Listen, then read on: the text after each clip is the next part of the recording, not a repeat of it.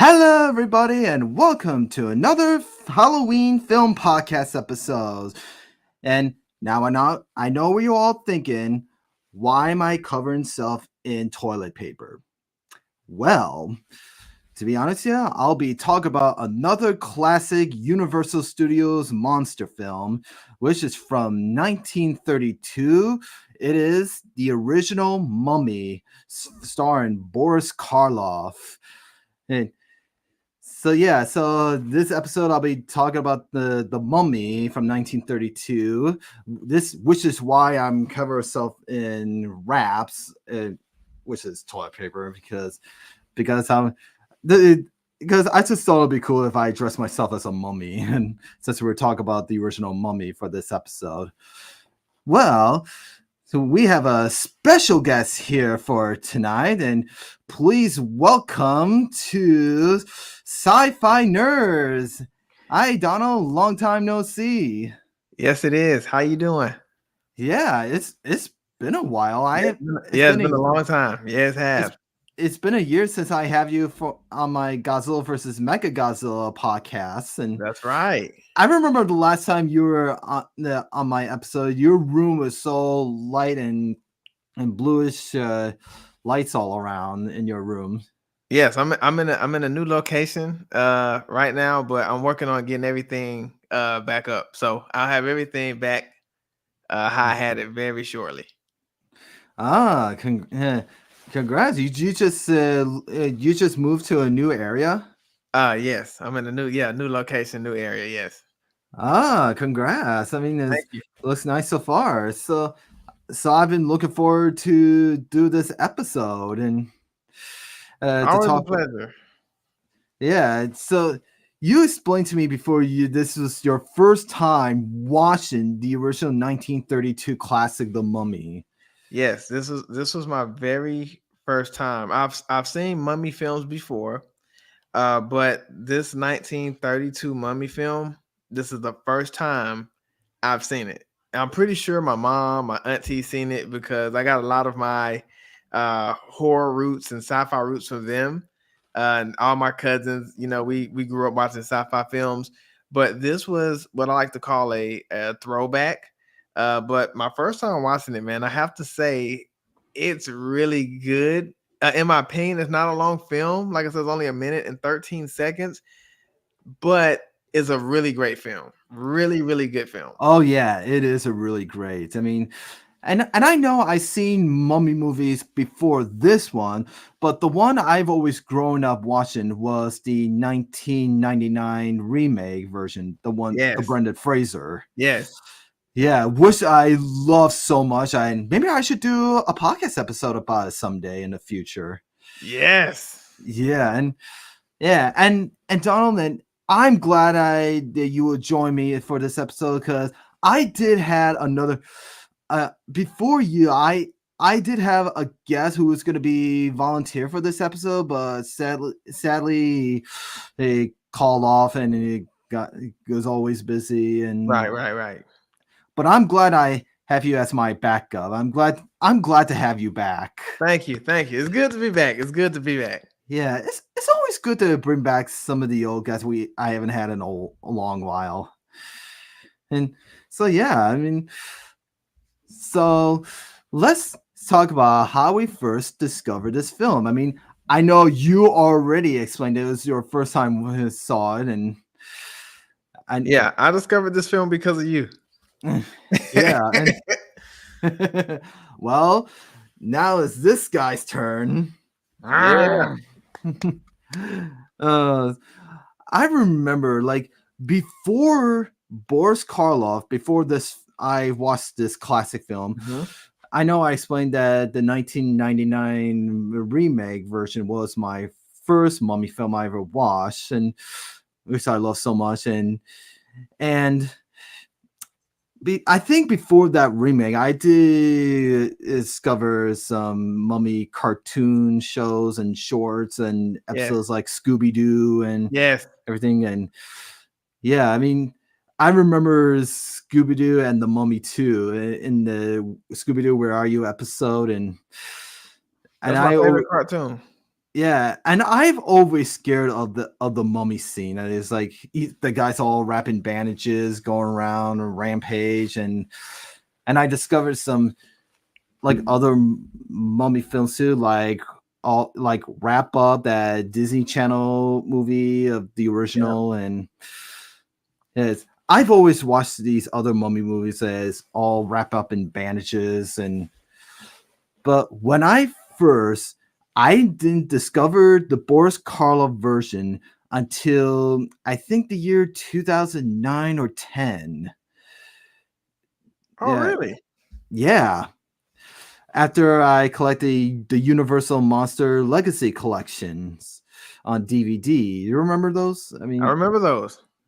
yeah, I used to have those, but and now I have them on Blu-ray, but not the Legacy collection versions. And yeah, so the Boris, yeah, that year, 2010, that was my first time I ever watched the original Boris Karloff version. I mean, and I was so surprised this one is so different. I mean, I know it's the original of the remake of the, but noticed this was a lot different than any other mummy films. Like, I mean, it it's not a guy wrapped all in bandages just going Right. around killing people. This is not like any mummy movie I ever seen before. He was usually just he was on wrap. He's just trying and in his human form, but it's all wrinkled. So he's just trying to reveal his mummy princess from his tomb. He just wants to try to get his love back. So I will say one of the points when I was watching this film. So just a side note, the Sci-Fi Nerds, we did a movie review, and I want to say it was last year. We did a movie review about the Mummy, and I can't remember. I would have to go back what version it was. I know it was an older version of the Mummy. We did do a review on it. But about this particular film, what I was expecting, since this was my first time watching it, I was expecting to see, somebody wrapped up, wrapped around, going around taking out people one by one. But like you said, this was totally a different film, which Yeah, I enjoy, by the way. So I thought the concept for this film was a little different than what I would have what I would have expected. But either way, I mean, it was still it was still great how they did it. So I have some great positive thoughts on how they did it, but it was great.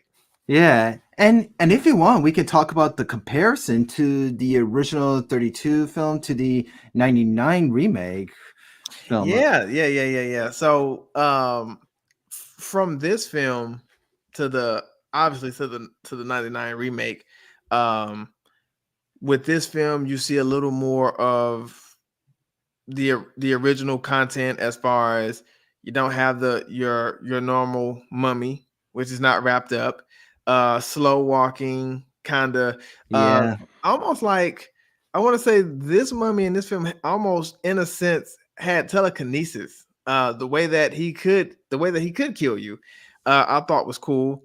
And there was a scene uh in this particular film that really made me like get up. I mean, I was into the film already, but when that guy was getting ready to burn uh the the map, he was already looking at him through like this mirror, and he started using his power to kind of attack his chest. And I was like, oh my gosh, like, and I didn't expect it. I was like, this is my first time seeing the film.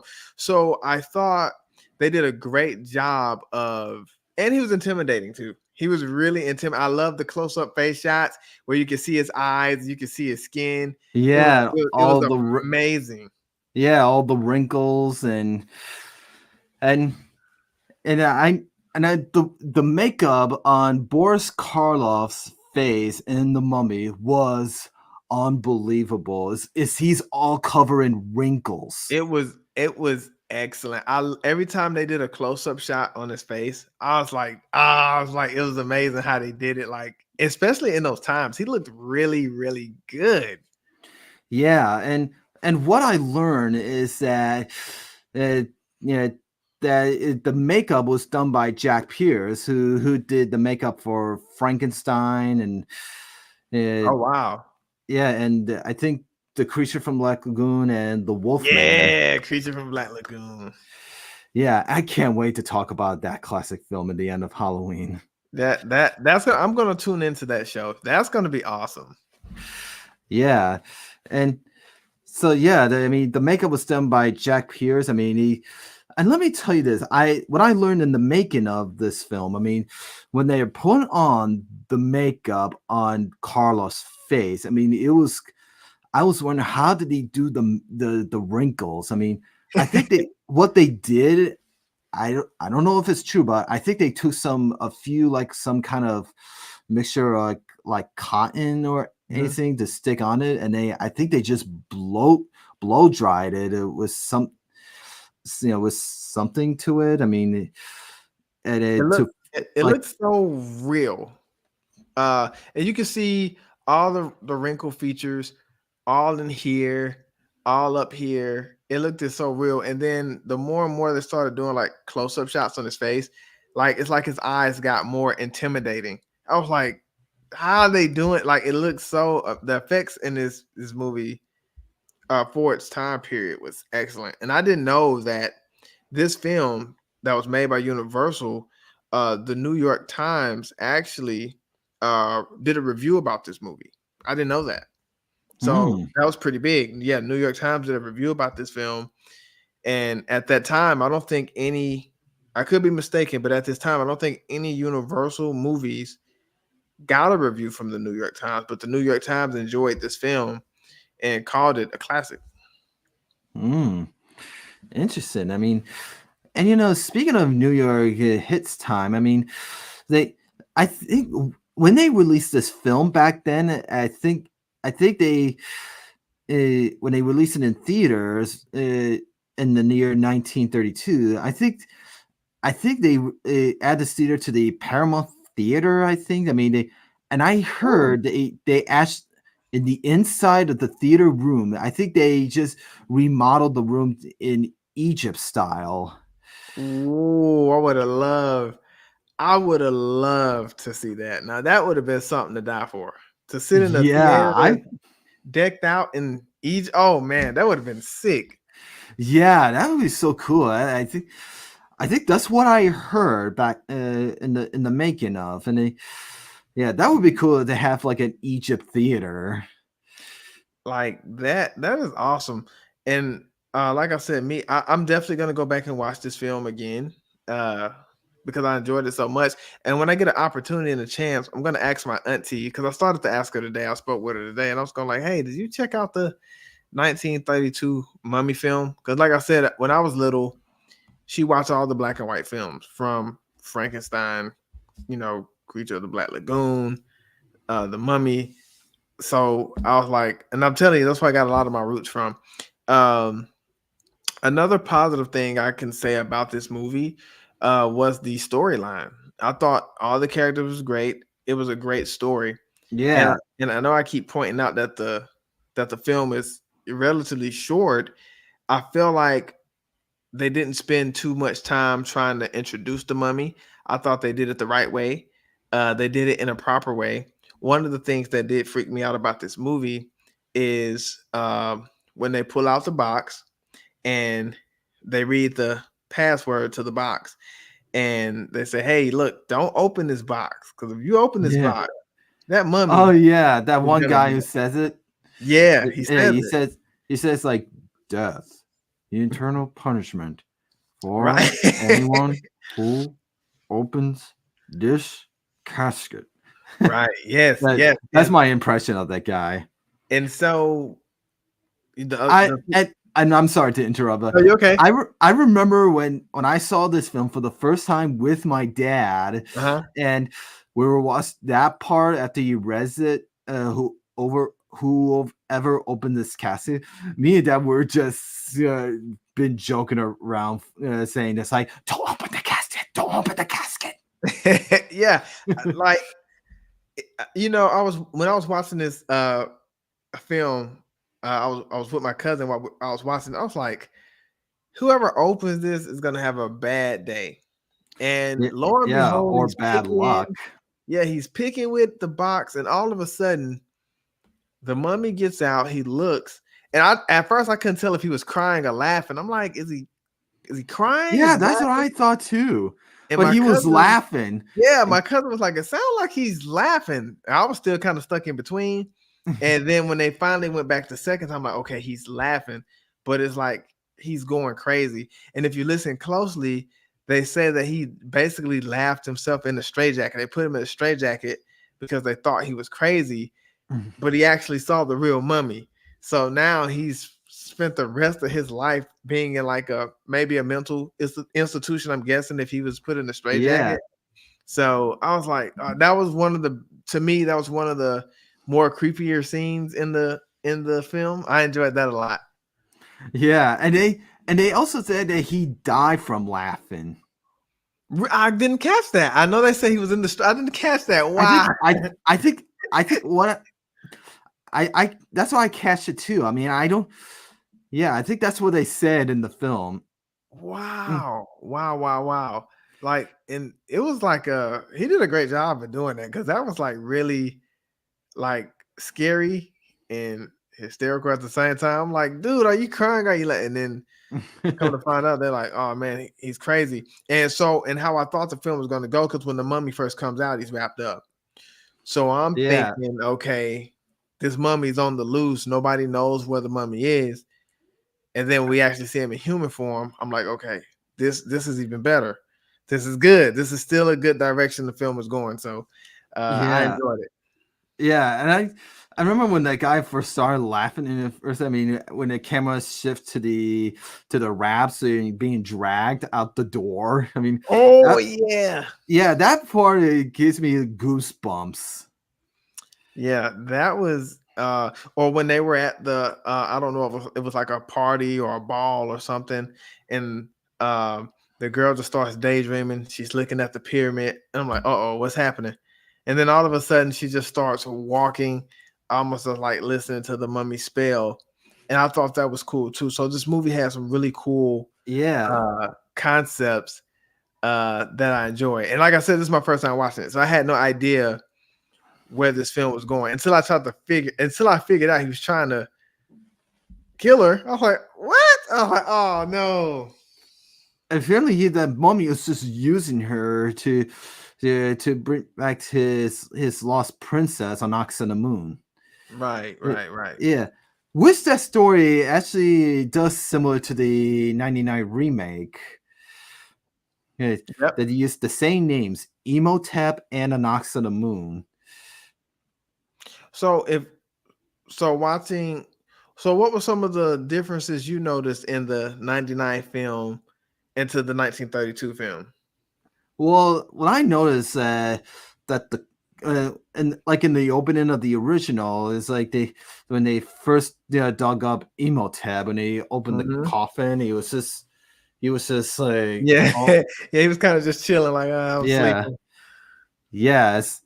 And before I get to details of the comparison of those two, I think I know that I bring this up all the makeup of Carlos' face. I mean, it took them an hour to do them, and it was kind of a little painful to put that on. I mean, but when they wrap up Karlov, all bandages for the coffin scene and the flashback stories of how he's buried alive when he's all Right, wrapped up, right. it took them like forever to wrap Karloff up. I mean, he was just exhausted of all that makeup. I mean, I gotta say that when Karloff was laying in the coffin, is it was after he was buried. I mean, you could tell he was just Carlos taking a nap after all the hard work of the bandages and makeup. He's really tall.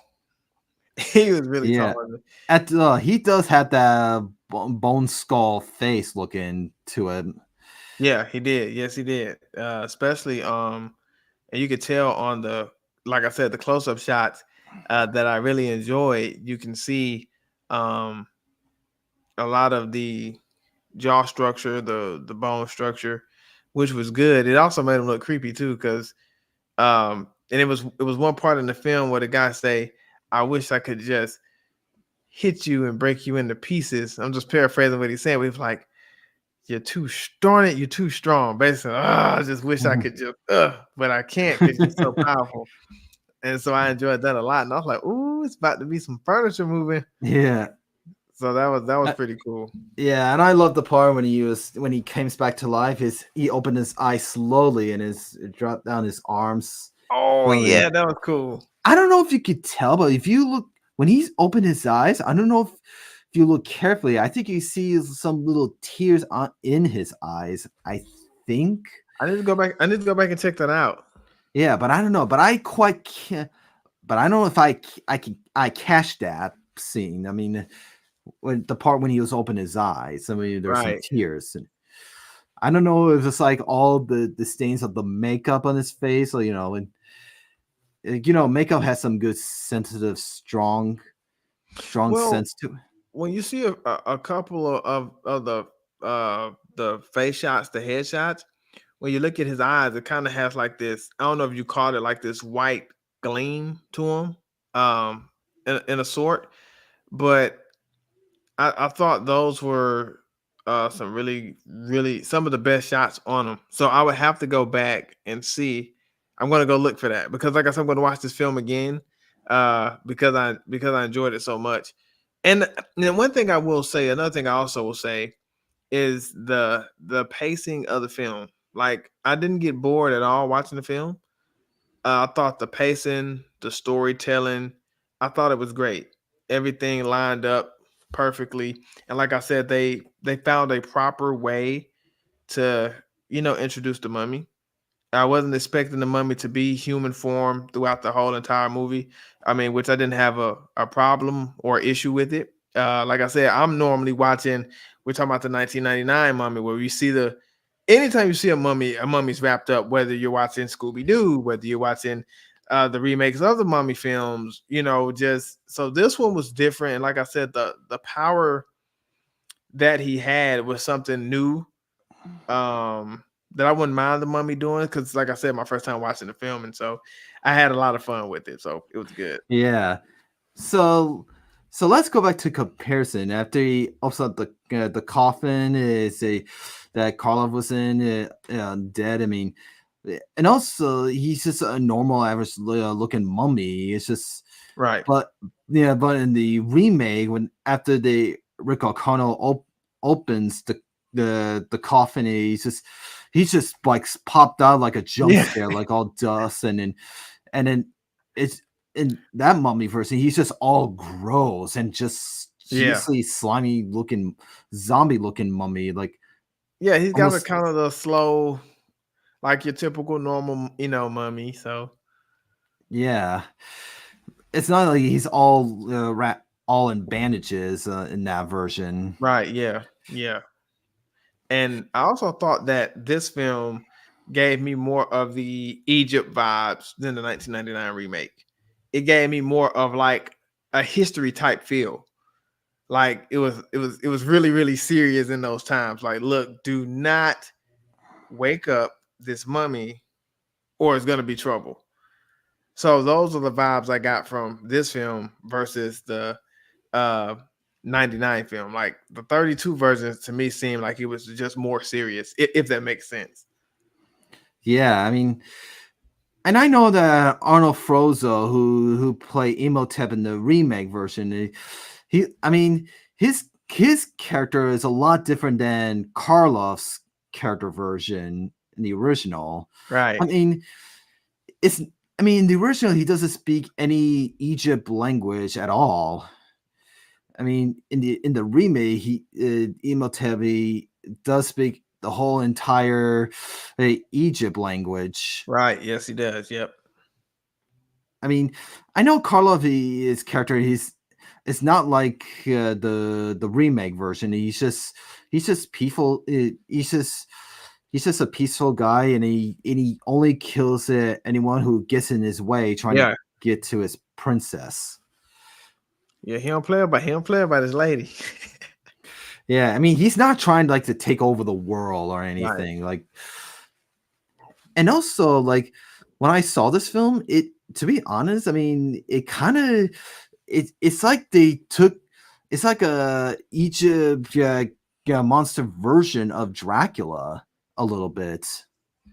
Yeah, I was thinking along those lines of Dracula, excuse me, and a little bit of Frankenstein.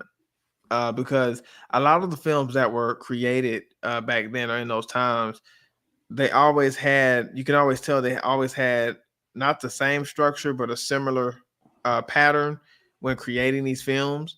Uh, because like they made these creatures feel real, like Frankenstein felt real, Dracula felt real. Like when I was growing up, when I was younger, my imagination, was growing. So I always thought that these characters were real or potentially were real.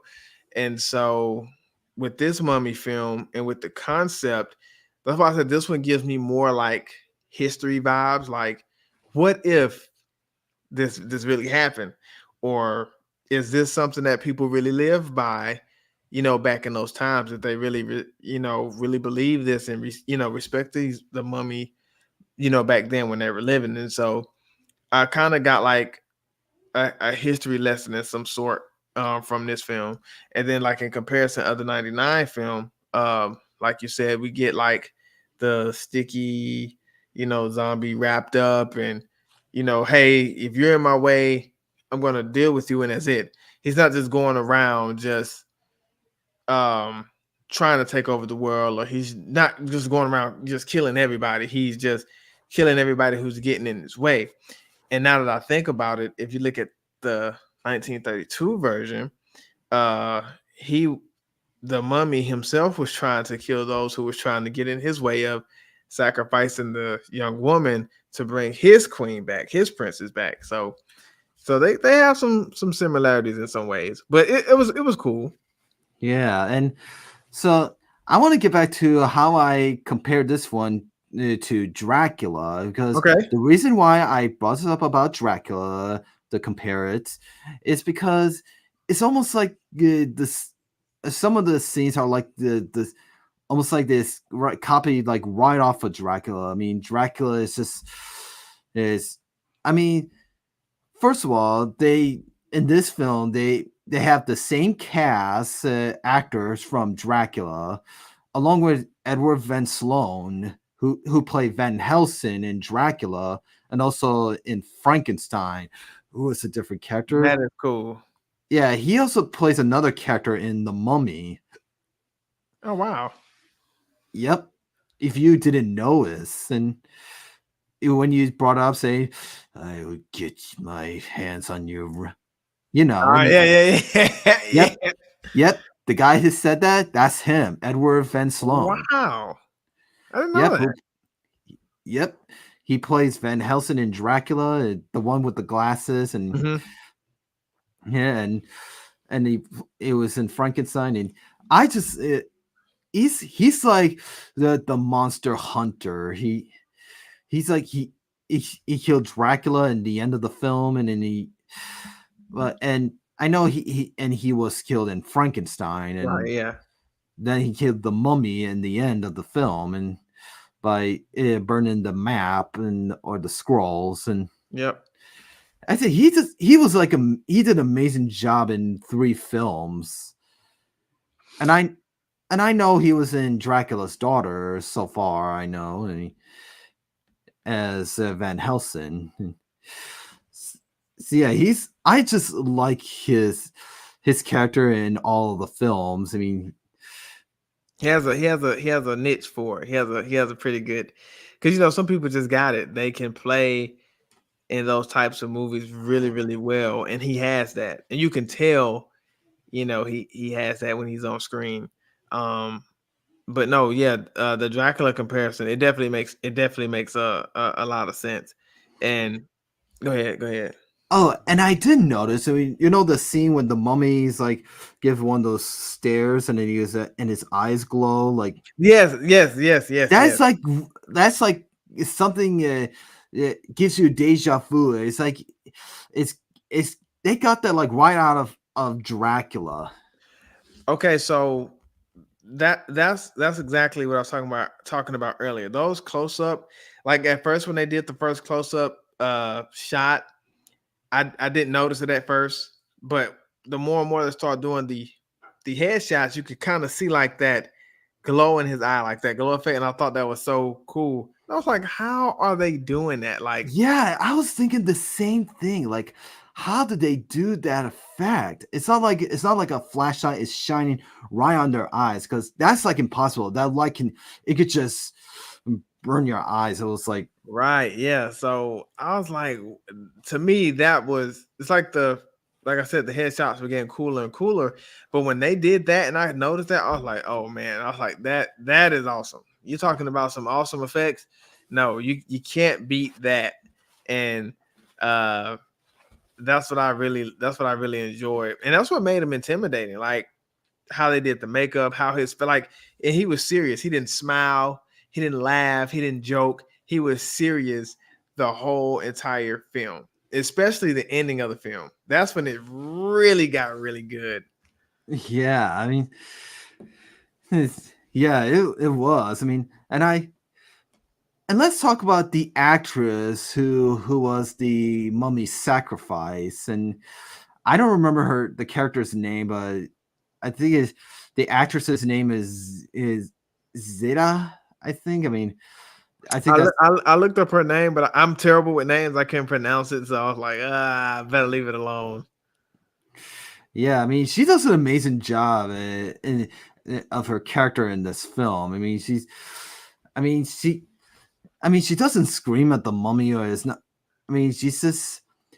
And when I watched this film, I mean, she kind of felt sorry for the monster, and it just and she kind of wants to help him to revive his mummy princess. Right. Um, she had a really cool scene. She had a lot of cool scenes um in this film. But one of my favorite scenes with her is when she's sleeping on the couch and she's laying there and he comes in. The mummy comes in. Okay, you got the mummy, you got her sleeping, and you have the two other guys. And she gets up, like she's waking up, and she finally recognizes, oh crap, it's the mummy. He's here.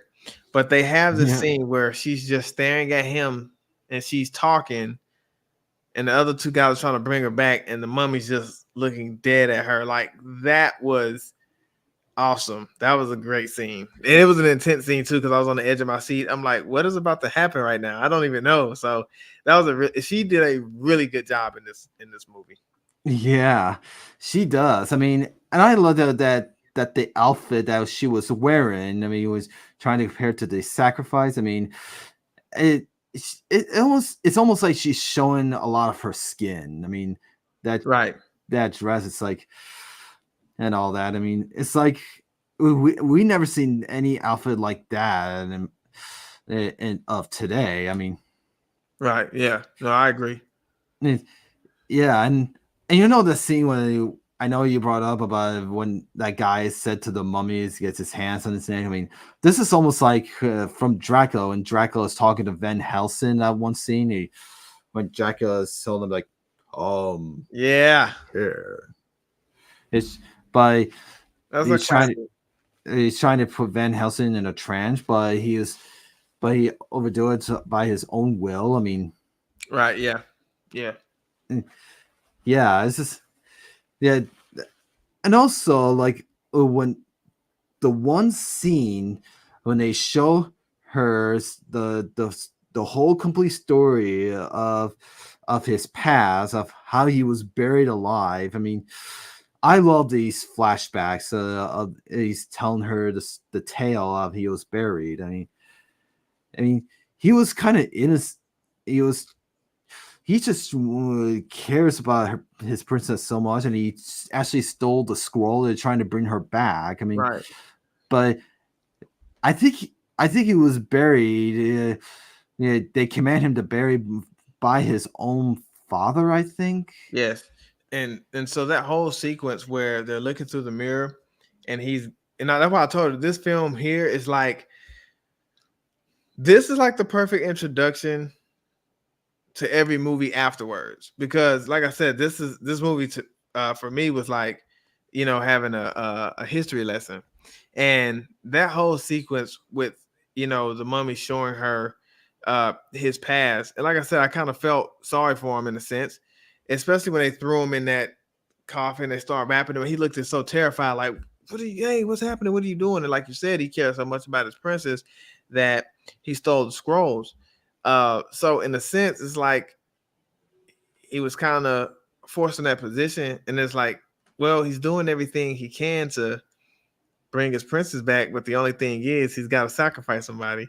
And so I was like, so that was like, so this Yeah. And what you said is that was shown in the mirror, but it was actually shown in a pool and in the a film that they. pool. Okay. Yeah. And I gotta say that scene there, that was kind of comparison to The Mummy Returns, the Yes. sequel to the when Imhotep is showing Anansi Moon of the past in the same way of the original. Yeah. And like I said, it's a lot of great similarities between the two. Like I still feel like you get the same feel. Obviously, it came out in '99, so you're gonna get a little bit of a remix, a remake to it, and you're gonna get similarities here and there. But I thought the 1999 Mummy film did a good job of keeping some of the original roots. Obviously, when you make that film, you always want to pay homage for the previous films that came first, and so I thought they did a good job of that. And then especially watching this Mummy film, when you're doing the comparisons, you can kind of tell that they went and revisited a lot of the Mummy films, excuse me, to make the '99 version. So it was good. It was good. Yeah, and also, yeah, I want to talk about that flashback when they wrap around Karlov Imhotep. I mean, it was this amazing scene that they also put that in the remake too. But what I didn't notice, I mean, what I heard that some of those scenes and those flashbacks were taken out, but for the after the bury of Imhotep, there was like Uh-huh. some soldier guys are throwing spears at it's some guys who buried Imhotep. It shows the spears right through them.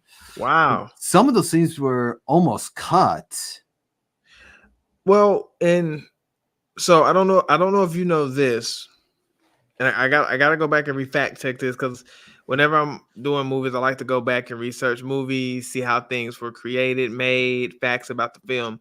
But apparently the guy that was laughing in the film in this version, 1932 version, when the Mummy came out, he didn't show up in the credits, and apparently he was cut from the film. I don't know if he was cut from the premiere of the film showing. I would have to go back and take a look. But somewhere along the line, he was cut in his film. So I don't know if he had more scenes, but something happened along those lines where he didn't show up in the credits. I think his name is Weaver, maybe Weaver.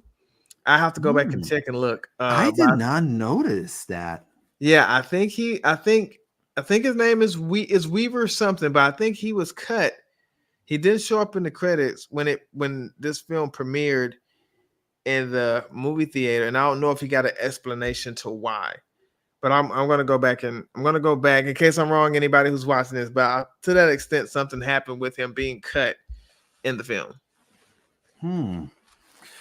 That's very interesting, and I also noticed that, and like I said in the beginning, I never seen any other Universal Mummy movies like The Hand, The Ghost, and The Tomb, and Right. never seen any of those.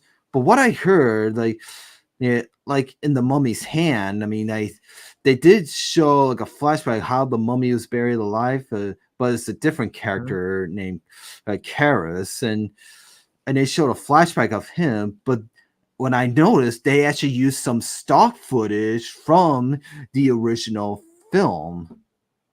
Oh wow! Yeah, except they had some new shots of the new mummy instead of Boris Karloff. And see so I'm trying. I have to remember we did a stream for the Mummy. It was either the Mummy in the 1950s or 60s. We did a Mummy review, and they had some similar. I want to say it was in the 60s, and they had some similarities in the 60s to the 30s. Obviously, they show Egypt and how they show the origins of the Mummy, the backstory, and they kind of had a character similar to Weaver. Oh, Go I'm ahead. sorry to interrupt, but are you talking about the the Christopher Lee version? I think so. Yeah. Yeah, I saw that film one time. I think a few months back. Really? Yeah, I saw that film for the first time. I think it used to be on Max. I Yep. watched it on. I mean, Yeah. yeah, I did watch it. I think I only watched half of it. Yeah, but I had to watch the whole thing. I mean, The ending is great. The ending is really good. yeah. Oh, no! Don't spoil it for me. I haven't watched the ending yet. Yeah, the ending is great. Ending is you will really enjoy it. Yeah, and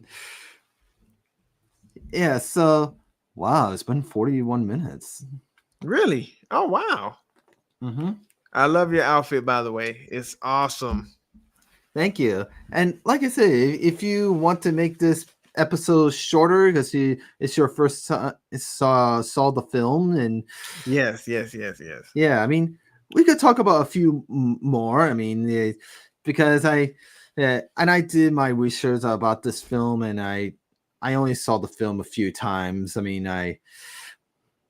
yeah, so yeah, so I liked the film. It was great. I mean, I know I'm not too crazy about it. I mean, and I say it is a really good popcorn flick film. I mean, It it's like, is.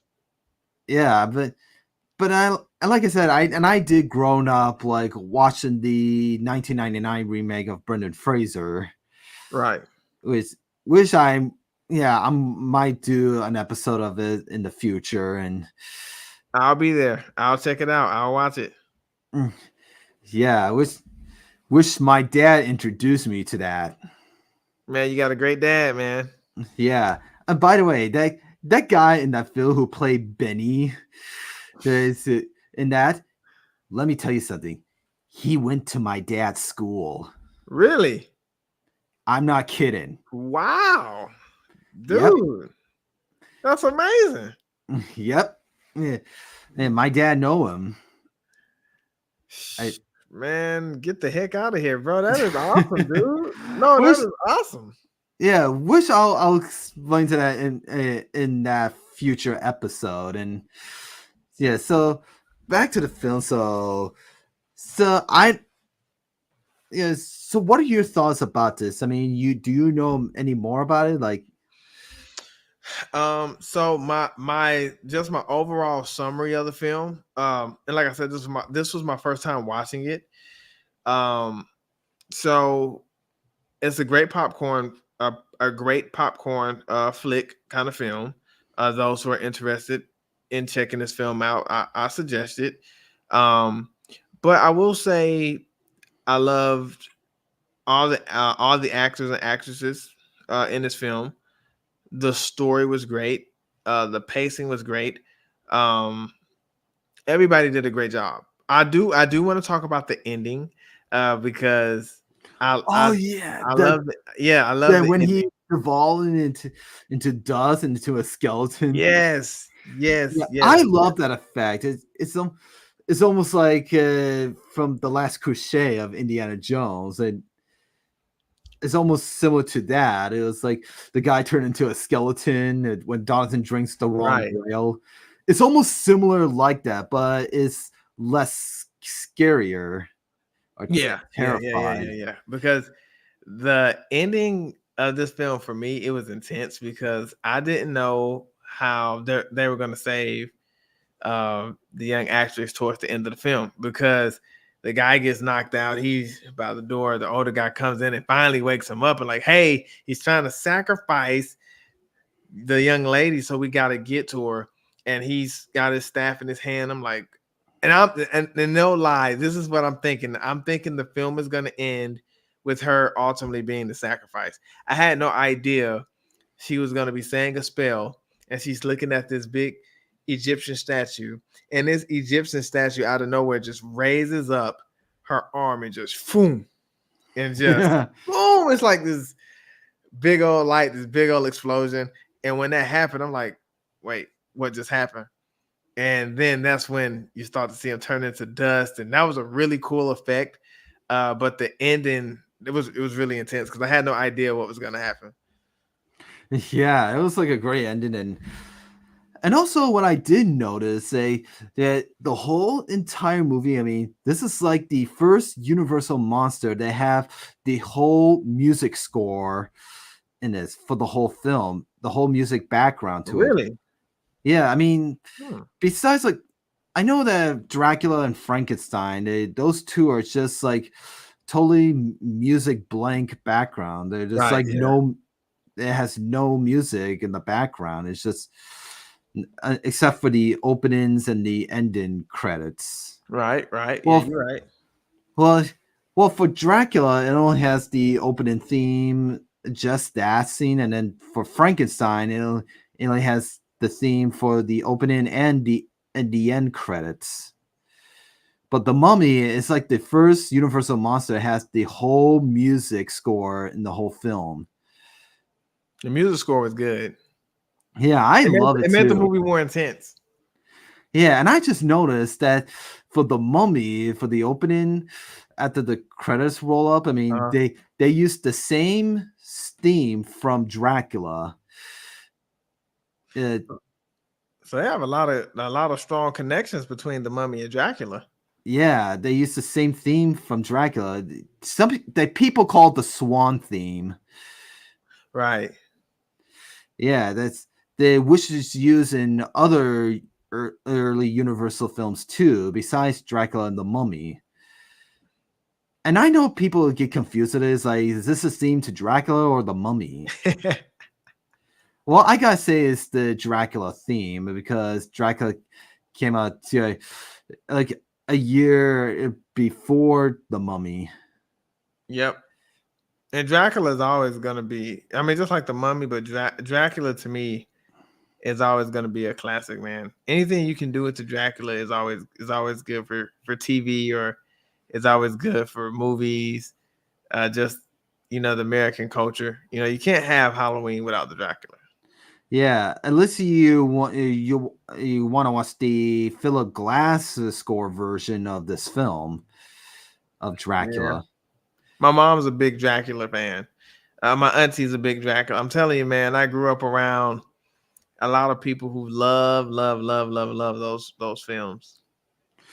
Yeah, and I know that I think Karloff and Bela Lugosi did made some films together. I Yes, mean, they did. Yep, I saw that. Yep, I think it's in The Raven. I think. they did. I want to say 3 film. So some of the cast members they were in a few other movies together.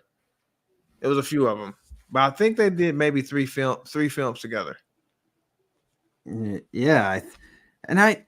So I want to talk about one more thing. I mean, I know I never seen other Mummy films, but I know that Karloff did play the Mummy and Frankenstein in so far, but uh, I know for the Mummy sequels who are not related to the Imhotep Karloff Right. version. I mean they have different actors who play the Mummy and Claris, and one of them for I think for the Mummy's Tomb, Ghost, and Curse, were the Mummy was played by Lon Chaney Jr.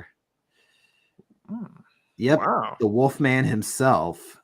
The Wolf Man. Yeah.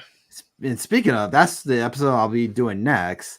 I'll probably skip the Invisible Man. I mean, because October's almost ending, and That's right. That's right. October flew by, man. yeah, and and let me tell you this: before I discovered original Karloff version. And I did discover a classic Universal Mummy film, when he team up with Abbott and Costello.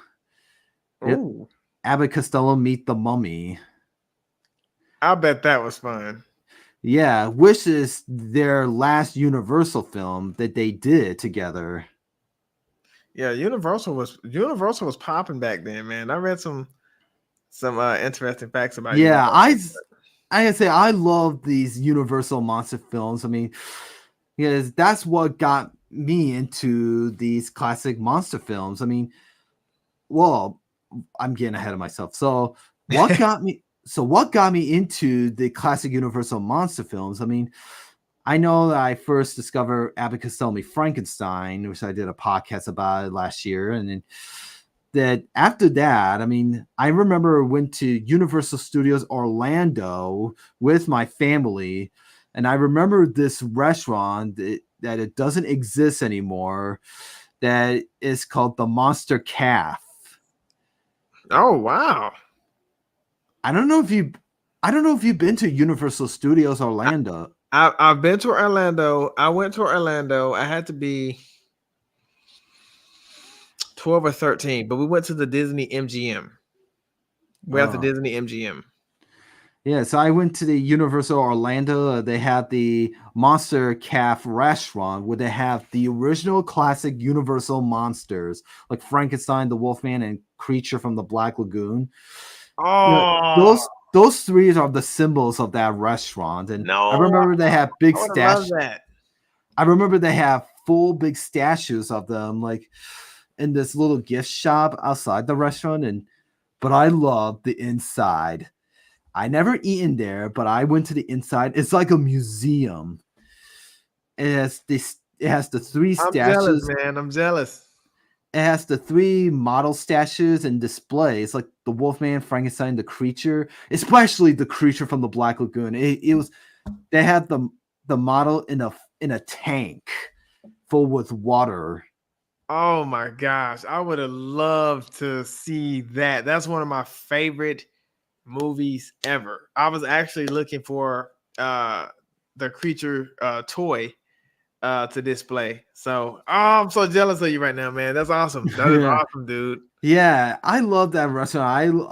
I just love to look around. It has the little head statues like Boris Karloff's The Mummy, and it also has Bride of Frankenstein, and I remember it Oh, has all frames and photos and original poster art and of the movie, and and I when I went to the bathroom in there, I saw a big frame of Abbott Costello meet Frankenstein, one of my favorite ones of all time.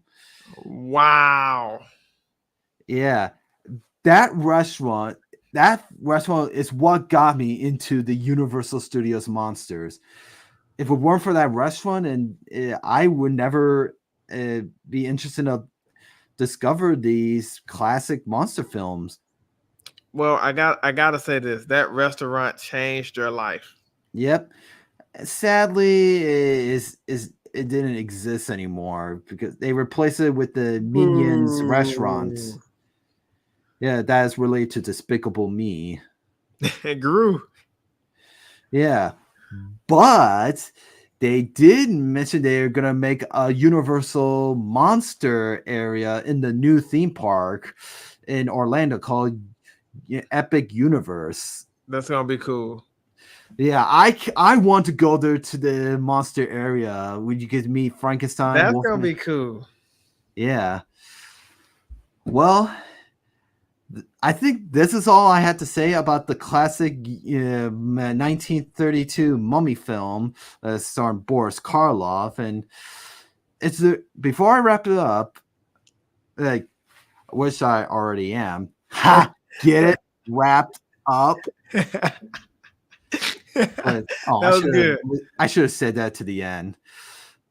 No, that was good. That was good. No, Like, that was good. so what are your other your any is there any more thoughts you have to say about this? You know what? I think I've said pretty much what I needed to say about the film. Everything I want to say about the film. It was, like I said, is a good film. I would highly recommend it. Those who are watching, those who haven't seen The Mummy, 1932, it kind of gives you a feel of how things started, how things originated. Even if you end up not liking the film, it just kind of gives you an idea of the history of it, and the origins and how the mummy thinks and how the mummy works. So I really encourage you guys to go out Yeah. and check the film out. But other than that, that's all I have. Yeah, and I love the film too. I mean, and there's some fans out there that may or may not like the original version. If some of them or rather, if it were rather just yeah, like is rather have do the 1999 remake. Yeah, if they rather prefer to the remake version. That's what I'm trying to say. I mean, Right. yeah, I mean, I love both films. I mean, especially the Brendan Fraser one and all that. So yeah, and I give this film like an 8 out of 10. I was thinking that. I was thinking that too. 8 out of 10. Yeah. Yes. So that's all I have to say right now. So yeah, Donald, I just want to say thank you so much for joining in this one. I'm glad to have you back, and it was difficult for me to find some guests who interested to join this, but none of my friends are busy and not interested. But I'm glad to have you back. You know what? It's an honor. It's good to be back. This is the second time I've had fun on your stream. And I'm very proud of what you're doing. Keep doing what you're doing, man. And this was a great film that you picked, and tonight was great. So I greatly appreciate you for thinking about me and having me on. Yeah, and well, and since this is since we're finishing this episode, like that, I just want to say good night, folks, and that's a wrap. Peace. Oh wait, I already am. Ha! Get it? Yeah. In fact, you know what? I'm taking this all off. You're in human form now. You're in human form. I'm sorry. Can we get in my headphones more? Yeah, you're in human form now. You unwrapped yourself. Now you're the human version. Yeah. Well, I was like I said, thank you again, Donald. So hopefully I'll have you in my next future podcast. Sounds good. I'll be there. All right. Take care, guys. Good night.